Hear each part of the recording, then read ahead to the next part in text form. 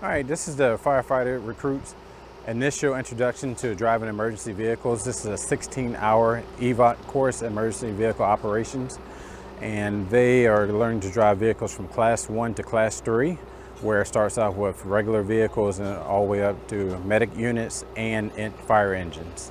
We do this because we teach them how to keep safe while driving emergency vehicles, how to operate an emergency vehicle in normal conditions, weather-related conditions, and this course here certifies them to drive all emergency vehicles in the city of Chesapeake. All right, so today we're going to focus on driving emergency vehicles on this course. It's a closed course by design so that you guys have the opportunity to practice doing what we'll expect you to do out on the roadway. We're going to keep it as informal out here as we possibly can because we want to encourage you guys to ask questions and to learn from each other. Sound good? Yes, sir. All right, good deal. You two fellas head there. This is the recruit's first experience in actually driving an emergency vehicle on a closed course. It's a closed course on purpose because we want them to build their comfort levels. Nothing that takes place out at this course is high pace. Everything here is usually between 2 and 10 miles per hour, and that's it.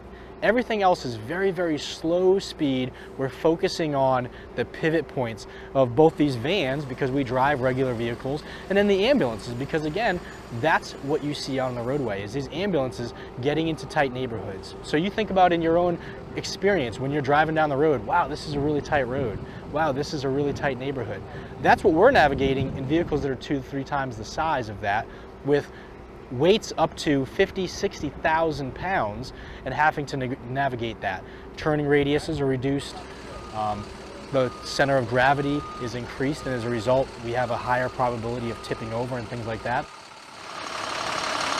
Well, good. I mean, you didn't hit it, but if this was where it was supposed to be, you would have. I killed him. Yes. Okay, so you owe me 10 for that. Yes, sir.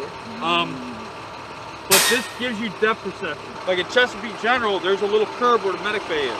Yes, sir. You got to get that curve, that back step, over top of that curve in order to get the stretcher out right. If you're short, it's not going to work. You get all jacked up, or you're going to have to reset it. Some of the things that we're telling them is using the mirrors. So in a typical passenger vehicle, you have the side mirrors and a rear view mirror. Well, they don't have that with these. The larger vehicles just have side mirrors. So it's imperative that you use the side mirrors to judge distance, sight. We always have a spotter. That way we prevent accidents. They can judge what's going on behind them because you can't see in these large apparatus. So the use of the mirrors is paramount. This is the recruit's first experience with actually being out here, touching these trucks, doing 360 walk-arounds, making sure that the safety measures are in place. Are their mirrors adjusted appropriately? Is their seat at the proper height? We have rear view mirrors in the personal vehicles that we drive. These don't. It's only the side mirrors that we're using. So you really have to have an understanding of how the vehicle works, and you have to have a very good basic understanding of how to drive. It's a little bit different than your regular vehicle that you drive every day. So with these type of apparatuses, it's life or death situation, especially if we're transporting patients in a medic unit. You definitely want to know what you're doing. Teaches you also how to prepare because it doesn't stop the same as a regular vehicle. So this is just, again, their initial introduction of how to operate a vehicle, emergency vehicle.